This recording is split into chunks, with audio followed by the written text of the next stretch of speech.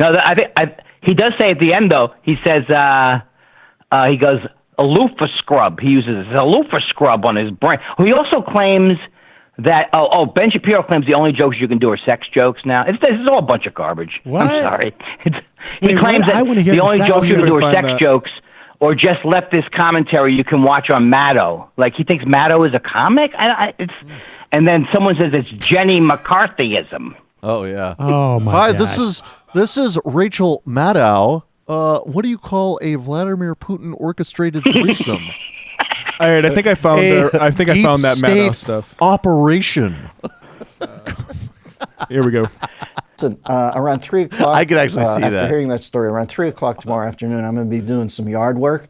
And if there's anybody else in the crowd who wants to drive by and put a fucking bullet in me, because I'm dead, like him, I'm dead.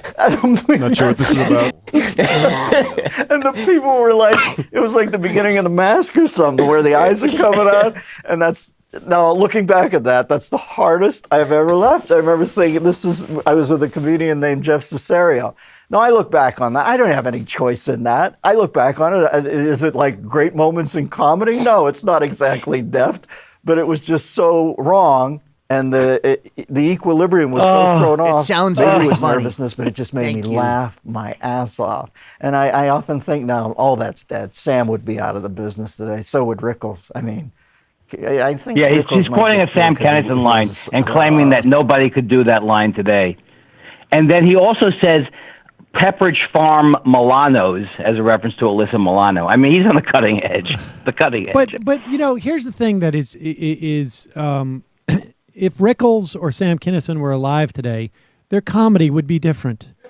Absolutely. Right? Like the idea that their comedic brains had no sense of what was going on around them at the time.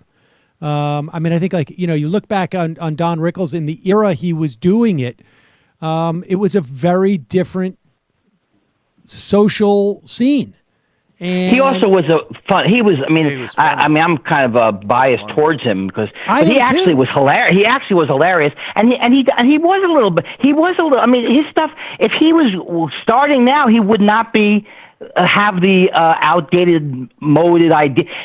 Like he was someone's like Archie Bunker in a way, but he was completely, not trying to be mean about it. But he would change, yeah. No, I mean there was in that era, there were taboos about language that don't exist today.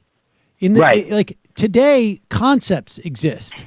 The taboos that are there are a function of how they implicate other people. They're not a pretense, right? Like the taboos on language during that era, right? That Lenny Bruce spent a lot of time, dealing with, had to do with trying to convince people that certain things to gaslight people, right? Like, Lenny Bruce did that famous N-word bit. And that was because he was railing against, he wasn't doing that because he wanted to say that word. He was trying to do that because he's saying, like, look, this sentiment exists out there.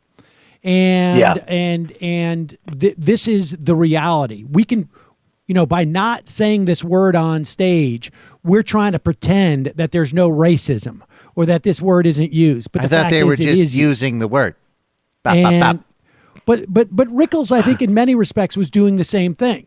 He was. Well, also I'm sorry to interrupt, but Kennison, for example, I mean, I never saw Kennison live, but when Kennison was doing things like, why are these people in the desert? The problem with the people in the desert, they should move to the food. I mean, that was social. He was doing social commentary, and he absolutely would be able to do that material today. And just like Bill Hicks, his image of who he thinks Kennison is, or his image of all these people, are so distorted because he doesn't remember when he was maybe edgy for a day and a half, which he was at some point. And it was also a function of the time. I mean, frankly, my sense is, and the older I get, the more I think this is the case, is that good comedy does not stand the test of time very well in a way that drama does, because so much of it is a specific critique of the moment and of, there's some comedy that deals with, sort of like more about, sort of relational dynamics, but that are, about emotions that exist through time. But so much of good comedy in the moment is that it's capturing the moment and it's capturing what people, believe. Like a lot of the industry reports that you have done 15 years ago, unless you lived through that era. Right. You wouldn't, the references, you're not going to. It's not going to mean anything. And, I see it even with my, with my own, the time capsules of comedy, that in the moment, stuff that we thought 20 or 30 years ago was going to be timeless, just it's not, it turns out. Well, for example, I still every night say, who died and made Jim Belushi a big star? I say that every night, and I don't think people know they don't know who Jim Belushi or John Belushi is. Exactly. And I still enjoy it. Jim Belushi is because of this show. Exactly. I think we got a little bit more on the segment if we want to go for it. Let's just do it. Rickles. I mean, I think Rickles might get through because he was a softie. He had a good heart. But Sam was just flat. Sam had a good heart, but he was more malevolent. I don't think either of those guys could work now, and that's a weird place to be in. Yeah, I mean, that's what I was going to ask you next, is about They're the also modern both standards. dead, which means that they couldn't work now, but go ahead. Could work now, and that's a weird place to be in. Yeah, I mean, that's what I was going to ask you next, is about the modern standards. It seems to me that we've actually returned to a sort of Puritanism. Is that a fake voice? I can't believe, is this Ben Shapiro really a darling of the right? I can't imagine somebody who has less to say, even provocatively. Say something to insult me at least. Hey, what do you think of the new comics today? They're not so good, right? Andy Kindler's a real Fredo. The modern standards.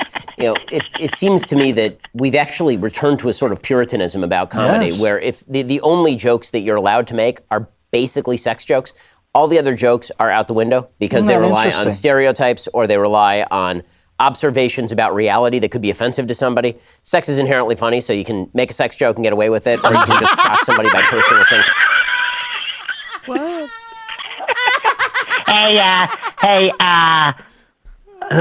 I'm not folding it in half for 6 inches. I'm not folding it in half for anybody. People love these dick jokes. I got a dick, and that's the only thing I can get left. I mean, that's pretty good. Sex is inherently funny. Oh, I forgot. Ben Shapiro has the sexual awareness of a junior high student. That's what. My wife is a doctor, so as you can imagine, it's even more funny that way. So every time we have sex, it's really a form of playing doctor. I mean, the jokes just write themselves.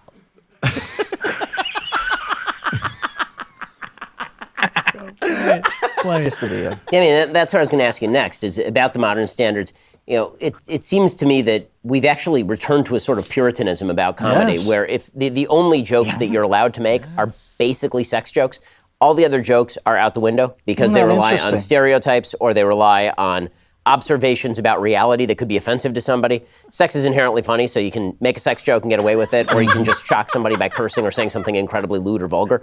But it seems like it's either that or probing social commentary, meaning just leftist social commentary you could watch on Maddow. So, is there a future for comedy in this world? Maddow. Oh, it's That's comedy. Comedy is Maddow's leftist social commentary. That's the only thing you can do. Unless you want to do sex jokes. What do you call a Russian penis enlargement surgery?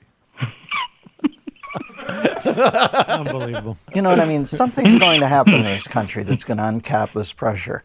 What was the guy's name? Ray Donovan. Where do I go to get my reputation back? Or I think there was a guy named Walsh who one time said, "Have you no shame?" Hollywood's running the tightest Torquemada type thing now. It's not McCarthyism. It's like Jenny McCarthyism. You can be kicked out in a second for saying something wrong, supposedly by the cool kids. That makes me. I never thought I'd see that coming. And now I can't say how I see it going, but I do think there'll be some moment where something is overplayed, Somebody has harangued. It might almost happen with Monica Lewinsky, but she saved that dress. I mean, when you look back on that, people always say, my that's God, such an odd something thing. relaxed Thank at it. God.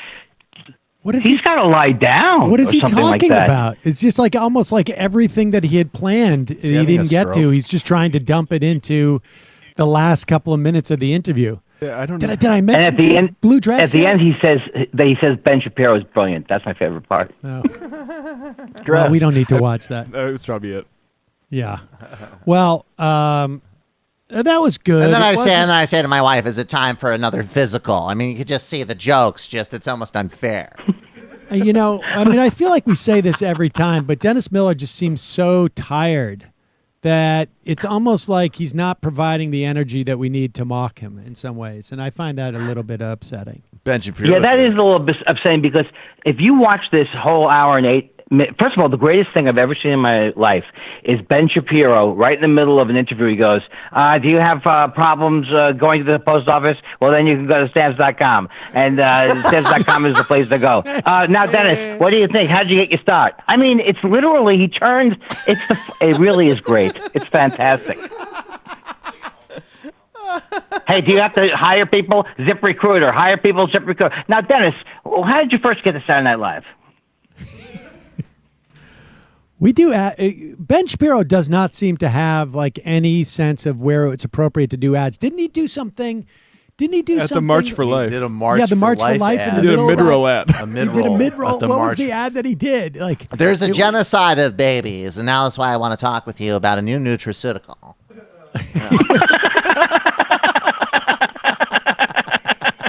Because used if to you love when they save would those do babies' go to my lives, you're going to want to PC. give them brain nutrients. Remember when the right wing guys would always like advertise Hannity? We like go back to my PC. You know, like all this genius stuff that the right wing people are saying, they don't want to lose it. So we have a special memory stick. Oh my God! It was for Quip, Sam. right? It was for Calm.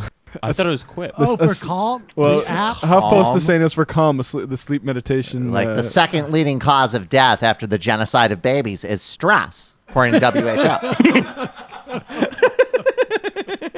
Oh, he had his Is ZipRecruiter on there too. fascism making Quip, you a little too. jumpy? Unbelievable. If you're jumpy because you're a fascist, then maybe you need to calm down at night with some herbal tea. Yeah, so Calm was the ad read, and then he did a ZipRecruiter one too, and then Quip actually pulled their sponsorship because he read the other ones during it. So Oh my God. Good for them. Quip. Good for them. Good for them. Wonder. Andy.